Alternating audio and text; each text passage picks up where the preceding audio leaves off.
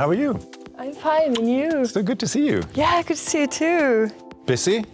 Oh yes, it's a busy time, like last month of the legislative period, but also my first month in Parliament, so two things coming It's crazy, together. right? It's crazy. So, Jörgen, what do you prefer, beach or mountains? It's a hard one because I like both actually. I like doing some skiing, but I also like being on the beach and I like windsurfing. But being from Sweden, I would still say if I'm going to a vacation, a holiday, I would go to the sun. What about you? I really love hiking in the mountains, so I would prefer going to the mountains. But on the other side, I also love to just be relaxed on the beach and having some nice beach trip, so I like both, but maybe a little bit more the mountains to hike down. So we got here from newspaper, so the Belgian finance minister calls for EU to cut red tape to address industrial slump. Jörgen, what do you say on that quote? Well, it is so important. I would say this is one of the most important questions we have ahead of us. The reason is that we have, as a European Union, we have falling behind other economic powers when it comes to growth.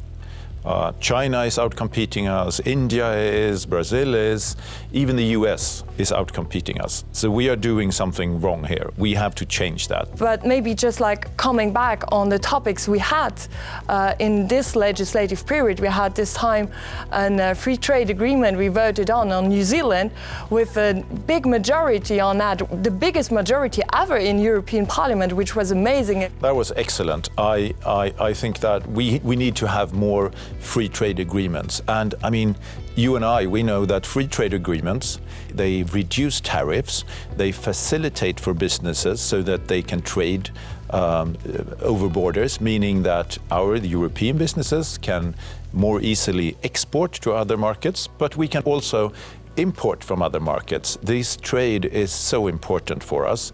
So I think the New Zealand one is a good example, but we also need more free trade agreements with all parts of the world. As I'm not that long in the European Parliament, what I notice is that it's taking always so long to negotiate those free trade agreements. And it's making me also even a little bit nervous as a young MEP here to just see how long it takes to have those agreements. Well, you know, the Mercosur agreement, which is with Brazil, Argentina, Uruguay and Paraguay, and the European Union. We have been negotiating that for, I think, plus 24 years. So if you will stay in the Parliament all this time, you will be as old as I am when this is finished, probably, if it will take so much time with new agreements. The Mercosur one, I think we will hopefully conclude earlier than that. But yeah, it takes a long time. In these times with war in Ukraine, war on the European soil, I think we should remind ourselves that trade is a very good way of keeping peace. Because if you trade with each other, you don't fight. You build up an interdependence between Europe and another nation. Right now also we are so dependent on raw materials where we are really dependent on few countries only, and with free trade agreements we can just open up that one and being less dependent on maybe one single country, but having more partners. Do you know which would be the main points you would see for the next legislative period? Of course, if you view it from a geopolitical perspective, we have the big issues with China, with the US. I mean, it will be interesting to see what happens in the election in the US. And then, as you know, we have the World Trade Organization. I mean, today we have rules, international rules, from the World Trade Organization, but there is no way to settle disputes because there is no judges. The United States, since Trump, when he was elected, he vetoed all the new judges So there are rules, but new judges.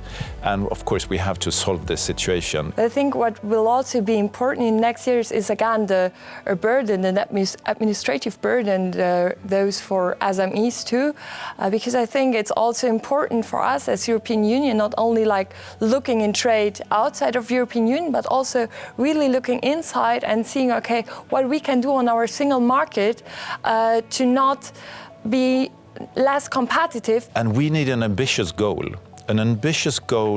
that reduces the administrative burden. And I'm very happy that EPP now is pushing for a 30% reduction of the regulatory burden. And that will help SMEs in Luxembourg and small and medium-sized businesses in Sweden and elsewhere in Europe, of course. If we're thinking about growth in Europe, we know that it will come from the small and medium-sized enterprises. That is where the jobs is growing, that is where the potential is. Martine, enough with business now. On a personal note, what is your goal, your personal goal for the next year or so? I want to try to play again more basketball, because in Parliament you don't have time to play so much basketball, and I miss my team. So I really would like to play again more basketball. But you played on a really high level, right? I played in Special Olympics. Yeah. Yeah, that was really amazing, and I love it. I just love it. But what about you? What's your goal, your personal goal for next year? You can actually help me with one of them.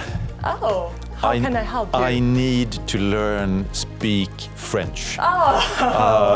I know a few phrases, but I can cope in a restaurant, but I need to learn it, basically. So that is one of my personal goals. We can directly go for dinner and we learn French together.